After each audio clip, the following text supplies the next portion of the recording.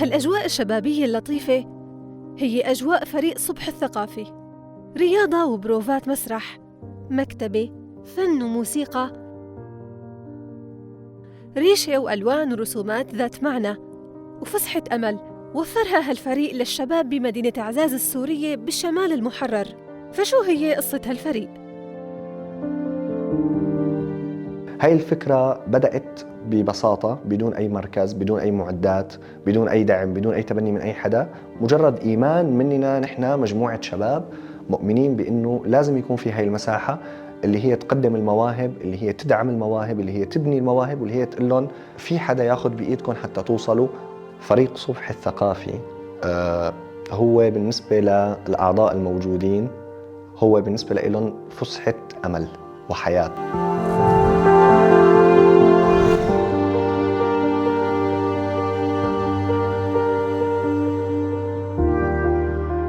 تأسس فريق صبح بعام 2021 على يد عدة شباب، منهم المهجر ومنهم طلاب جامعيين إجوا على المدينة لحتى يكملوا دراستهم بجامعة حلب.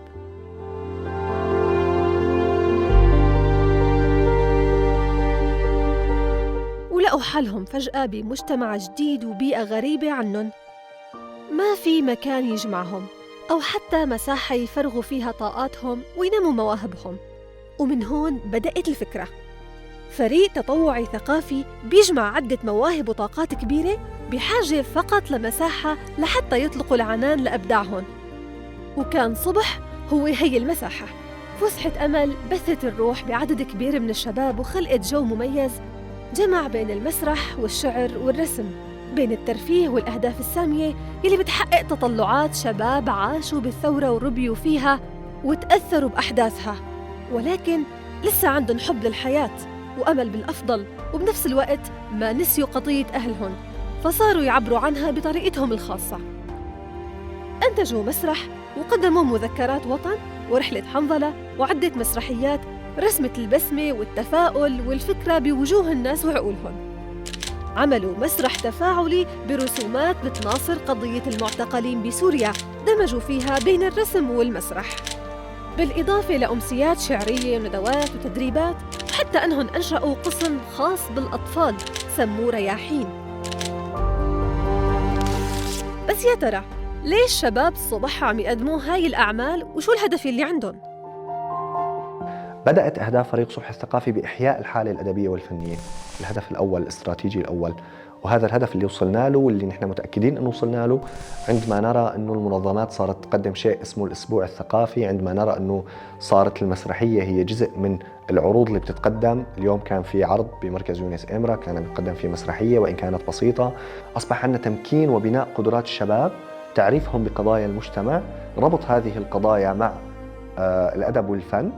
فأصبحت هون إذا تنتبه أصبح الهدف الرئيسي في المرحلة المقبلة هو توظيف الأدب والفن في مناصرة قضايا المجتمع، أهم الثورة السورية وأهم القضايا المجتمعية اللي عم نعيشها كل يوم، مثل قضايا الطلبة، مثل قضايا المرأة، مثل قضايا ذوي الاحتياجات، مثل قضايا الشباب، مثل القضايا السياسية، مثل القضايا الاجتماعية.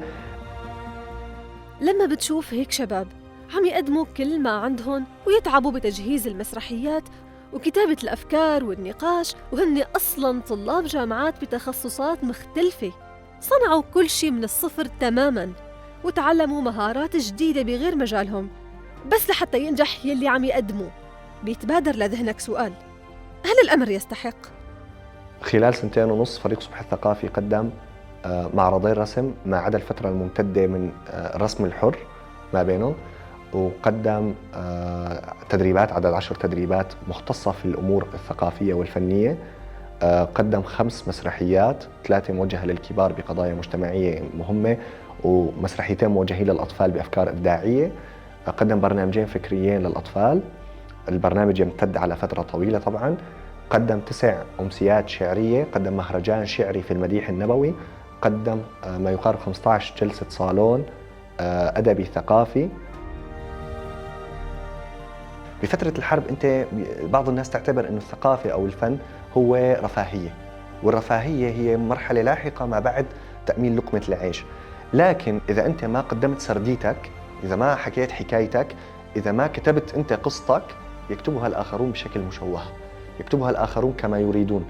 نحن اليوم عم نقدم سرديتنا، عم نوفر الأدوات وعم نوفر المساحة اللي تساعد أننا نقدم سرديتنا. إذا أردنا أن يذكرنا التاريخ علينا بالأدب، إذا أردنا إيصال صوتنا إلى الآخرين بشكل عابر للحدود علينا بالفن. طاقات الشباب خلال الثورة ظهرت بشكل كبير، وعلى مدى أكثر من 12 سنة برز عنا تجارب ونماذج فريدة. فهل رح يساهم الشباب بإحياء ذاكرة الثورة من جديد؟ وشو هو طموح الشباب؟ فريق صلح الثقافي خليني أقول لك أنيته ساهم جدا بإحياء ذاكرة الثورة السورية. ليش؟ لأنه نحن كنا عم نعيش بمنطقة مغلقة، وهو شو عمل؟ كسر الأبواب، كسر الحواجز، وسع الشرائح، غير الأساليب، غير نمط وطريقة التواصل مع الآخرين سواء خارج البلد أو داخل البلد. بقعة من الضوء انتشرت بشكل أكبر. هاي البقعة هي هدفها الرئيسي هو إحياء الذاكرة على الثورة السورية. طموحنا أنيتنا نعمم التجربة، ننقلها على معظم مدن ريف حلب الشمالي سواء في عفرين أو في الباب أو في جرابلس أو في الراعي أو حتى في إدلب. نبدأ بتأسيس خليني أقول لك سينما، مسلسلات، أفلام تحمل ثقافتنا، تحمل طابعنا، وحتى مسرحيات تكون على مستوى الوطن العربي، تحكي حكايتنا نحن كشعب سوري تم تهجيره، تم يعني محاربته بكافة أنواع الظلم. نتمنى أنه يكبر هذا الحلم وتكبر أدواتنا ويكبروا الكوادر الموجودين